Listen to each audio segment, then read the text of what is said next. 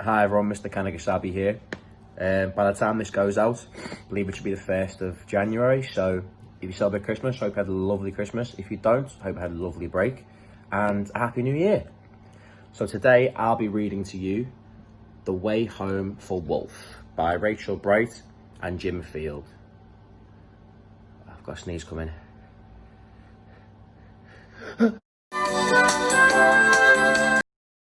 Right, let's dive in. A Way Home for Wolf by Rachel Bright and Jim Field.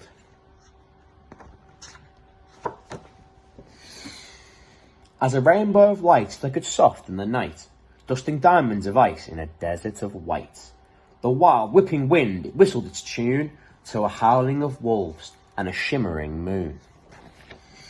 And the loudest "Arrrrrrr" in this echoing song was a wolfling called Wilf at the heart of the throng.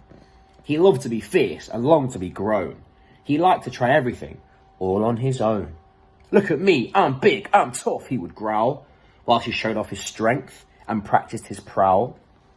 Look at that. That puffin's got no idea. No idea what's coming. One night it was time for the wolves to move on. New folks had moved in and their shelter was gone. So they left right away to find a new cave. They would have to walk far and they'd have to be brave. "Let's go," shouted Wilf. "I'm ready to lead." "You're too small," laughed the wolves. "It's an elder we need." "One day," they advised, "you'll guide from the front." "I suppose," muttered Wilf with a huff and a grunt. They struggled through snow as high as their flanks and leapt over rocks as they scaled icy banks. Wilf gave his all to keep pace and keep up, but strong-willed as he was still just a pup. He kept dropping back with each clamber and climb as the pack journeyed further away all the time. Exhausted and breathless, he strayed from the track. When a blizzard blew in, he lost his way back. Uh-oh. Wilf longed to howl help and to holler it loud, but his throat was too hoarse and his heart was too proud. He lay on the tundra, his tail curled up tight. A blanket of stars was his bed for the night. There he is. Until... crack went the ice, crack and creak. Wilf jumped to all fours with a deafening shriek. He stuck out the claws on every limb. He had to hold on because wolflings can't swim. Then he fell, rolling and spinning. It felt like the end, but it was just the beginning. Since somebody below had heeded his scream, and she swooped from beneath like a watery dream. "I'll help you," she called, "just reach for my horn, a majestic and magical sea unicorn." Wilf's pride washed away, and he stretched out a paw as she lifted him gently back onto the shore.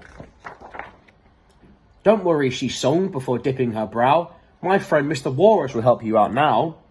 And there, right behind him, a huge tusky fellow lifted his whiskers and let out a bellow.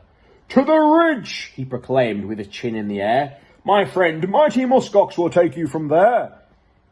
And with waftlings of fish and a very loud snort, their journey was made and their travel seemed short. And there, sure enough, on the ridge was an ox, who took Wilf as far as his friend Arctic Fox, who followed his nose through the trees to a goose, who guided him honking to this ancient moose. The moose knew these wilds like no other soul. He was steady and true in pursuit of their goal. And as twilight closed in, Moose sang out a call to a flittering, fluttering, tiny fluff ball, a bear moth, who showed Wilf the rest of the way to the place where this wolfling most wanted to stay. "Thank you," Wilf waved as he rejoined his pack, and the wolves howled with joy that their wolfling was back. They huddled him and cuddled him close, and fussed over which wolf had missed him the most. Wilf, he knew then, that when all come together, the darkest of times are easy to weather.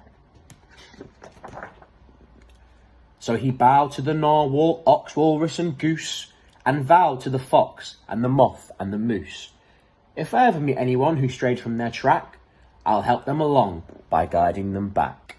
And true to his word, Wilf is different now, and his world seems much smaller and warmer somehow, since wherever life takes you, wherever you roam, We're all just a handful of friendships from home. And that is A Way Home for Wolf by Rachel Bright and Jim Fields. Take care, everyone, and I'll see you soon.